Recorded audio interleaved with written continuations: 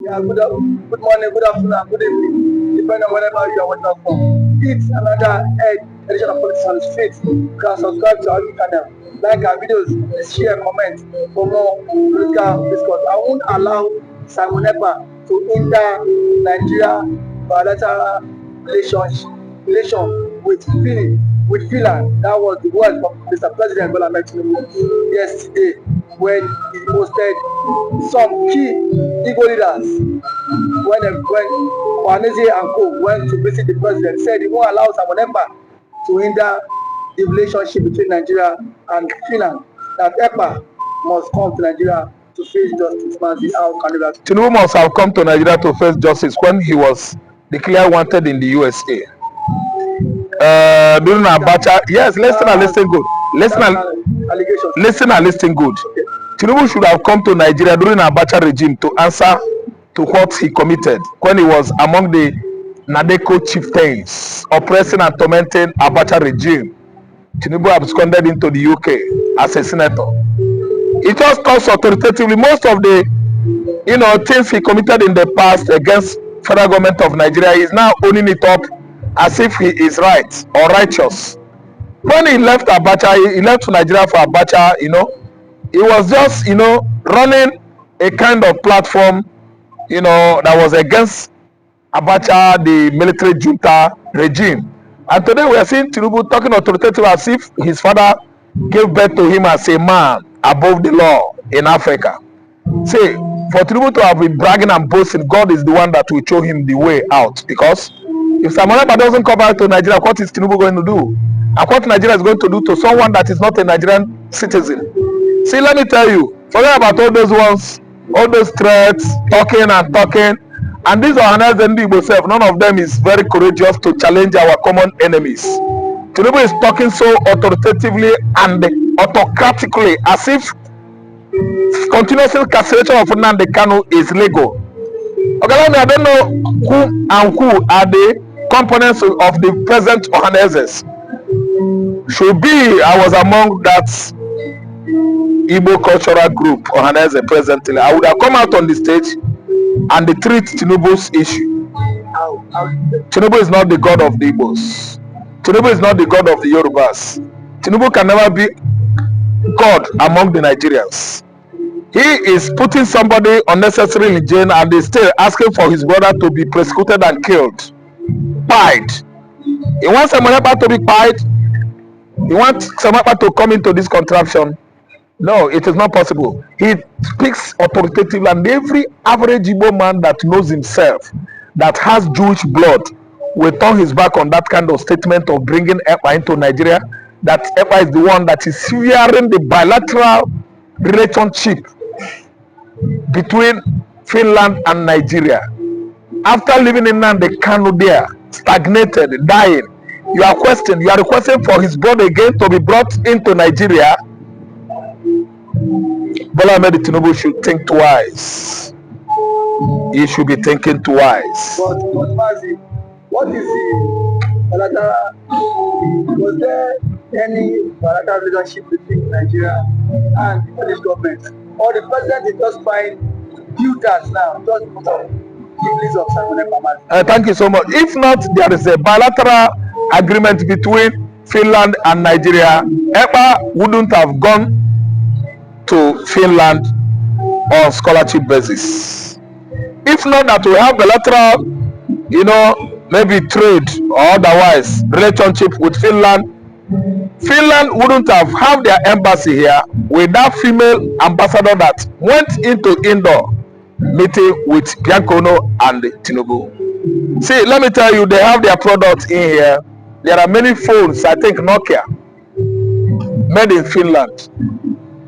Yes, stockfish are coming from Scandinavian countries. Norway,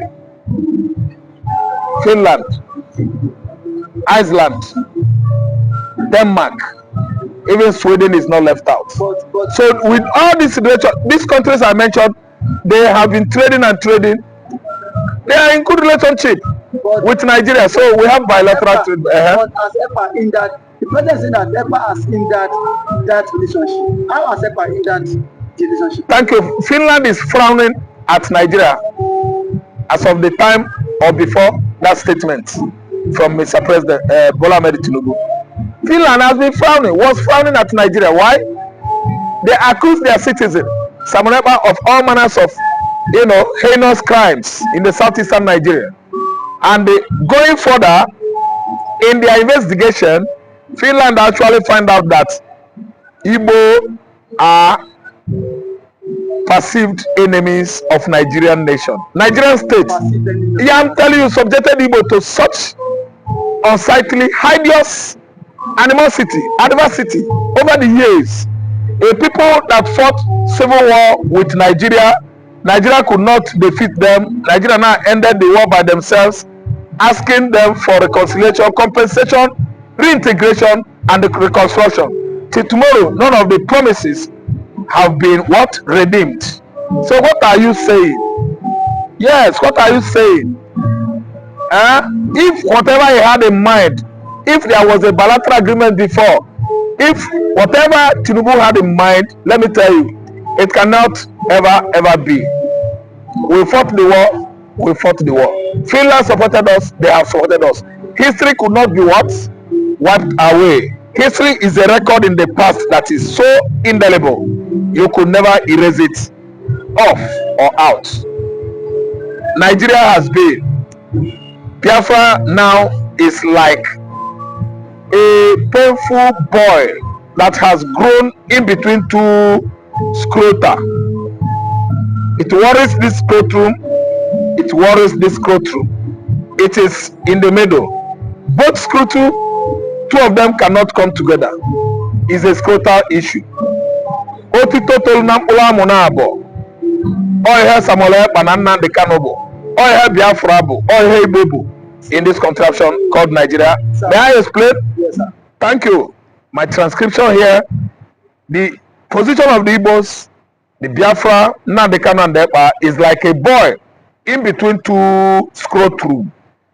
Scrotum, I explain again, is testis in layman's language.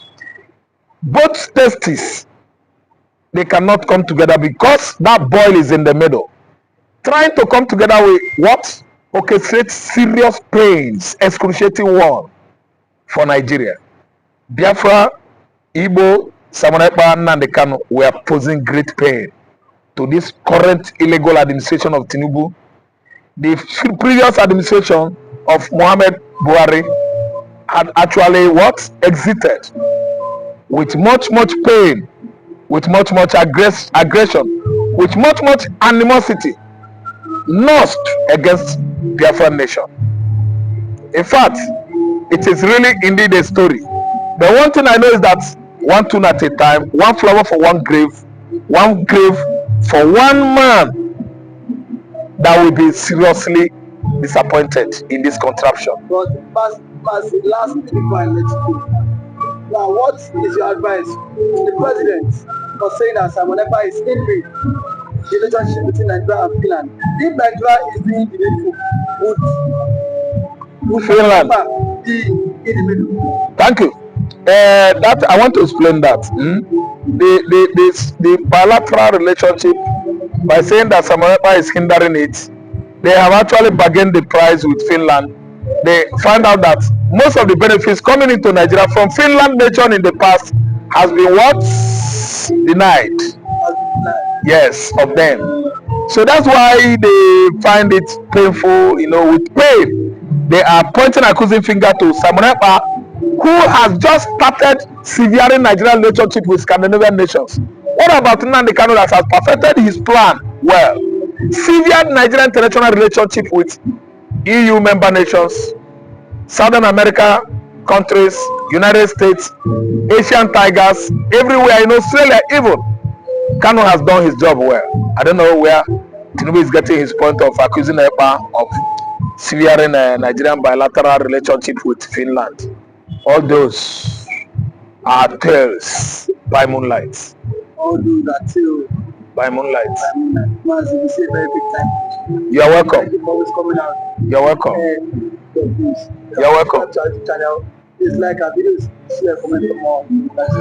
Aisha Yusufu has taxed Imo State Governor Enugu State Governor, Anambra State Governors, stop blaming government. You are the CEO of your state. You are the executive governor. Now, since you go to Abuja to collect money, then take responsibility for the insecurity in your state. What do you have to say about it? Now, thank you for that wonderful question. I think being the governor of the state, you have every power for you to make sure that see you get security votes from the federal government. By so doing so, what are the governors doing with this money?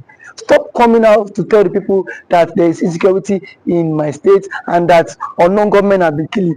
The government need to take action and put an end to all this and stop apportioning blames.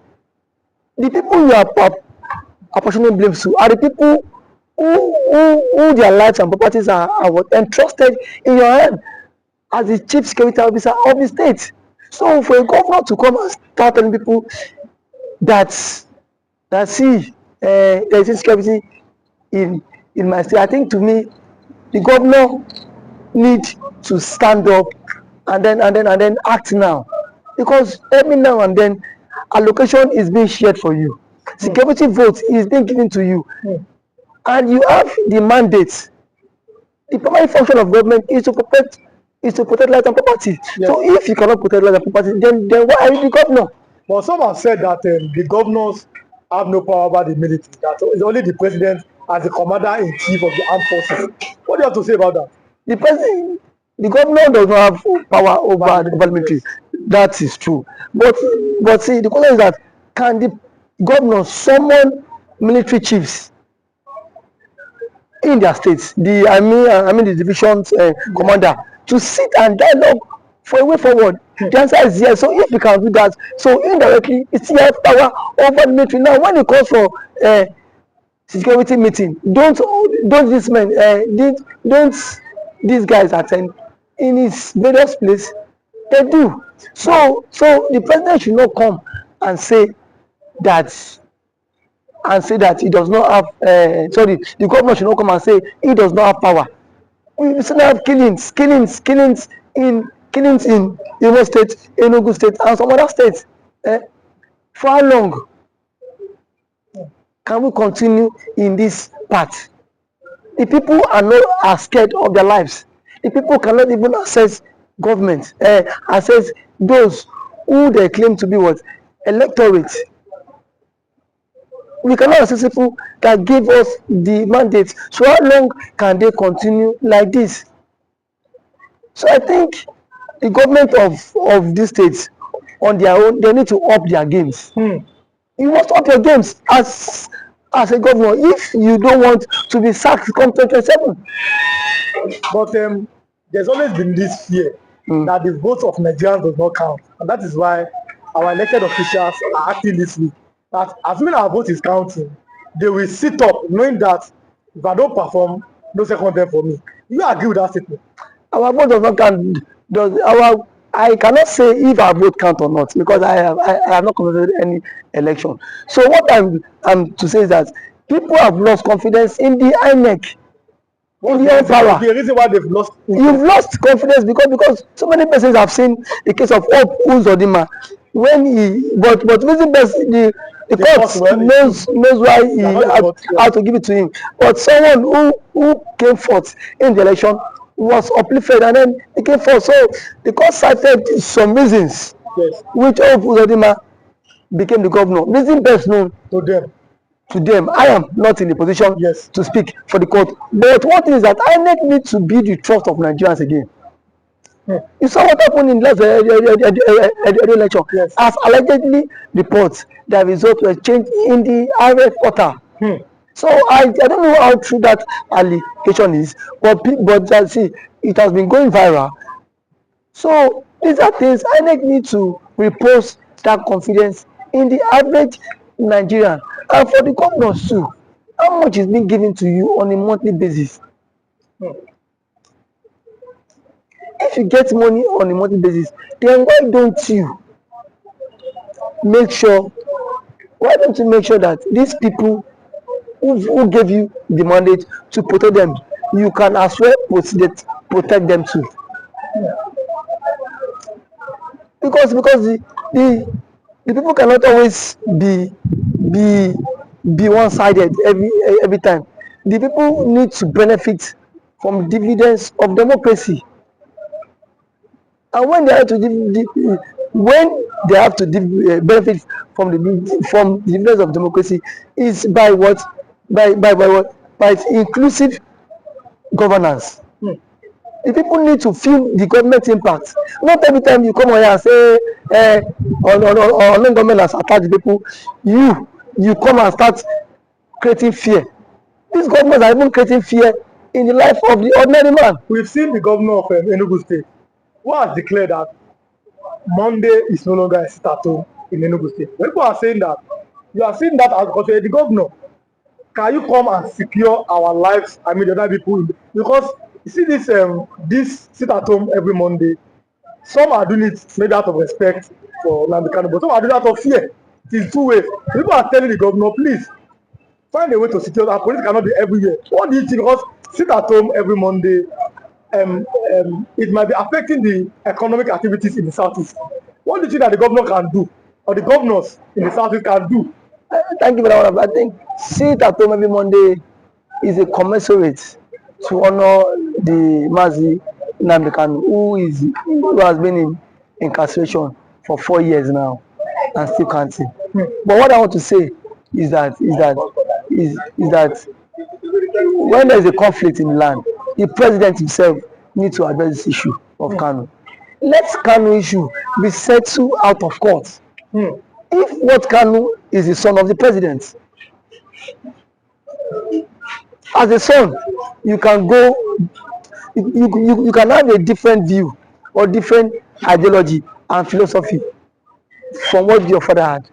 But why can't you, as a father, have you reached out to Kanu himself? And what I felt that the president ought to have done was, why Kanu was in decision, go and meet, let them bring Kanu to you, DSS. Sit down with Kanu, have a round table discussion with him. But do you think that's possible? Because we saw Buhari, he could not Buhari is different. See, so, these are two different people. Yes. If you want the security apparatus cannot be everywhere, and these guys are what, overstretched. Yes. These guys are also overstretched. So the president is the father of the nation. Yes. Since the president is the father of the nation, he should at least reach out to this guy, even to the Ohaneze Igbo. Whenever he will want to invite some Igbo politicians and some Igbo stakeholders to sit on a round table and discuss with Kanu. You have conditions, give him your conditions. Send it to him. Because you see, this is the only way this thing about marginalization can stop. And the truth of our matter is that the Igbos are heavily marginalized in the country. And that is what, and that has breed a whole lot. But do you think that giving them an opportunity, or yes, that's an opportunity, or finding a way, a consensus in 1999, Nigeria had a consensus on making a Yoruba man a president. In 2007, Nigeria had another consensus to make another man to be president. Do you think that Nigeria finding a way or making a consensus to make an Igbo man the president is going to make that marginalization or the agitations go down in the south? Making an Igbo man be the president would at least work to some extent. It will help this issue of marginalization reduce a very long way, because if the Igbo man is the president, Peter Obi, you will not watch Peter Obi allowing Nnamdi Kanu to languish in detention, even if, because yes, that is his brother from his tribe. They are from same tribe. No, so why was Tinubu released? It was let's go. Yes. So to some extent, it will help a long way. And as an Igbo man, he will speak in the language that the Igbos. Now I am one of the sons. Yes. You don't have any right to agitate. Yes. So that will help them. It will go a very long way for them too. So I'm letting you go. I think we have like 1 minute. Okay. Now, Southeastern Governors Forum. What should be their next step? Southeastern Governors Forum should at least make moves to meet with the presidents. Yes. to put an end to all this. That is the only way. Because if there's no end to all this, all we hear is killing, and then we are not in support of all this killing. It is not good for the future of the country. It's not good for the future of the country. Okay, thanks for coming. Thank you for having me.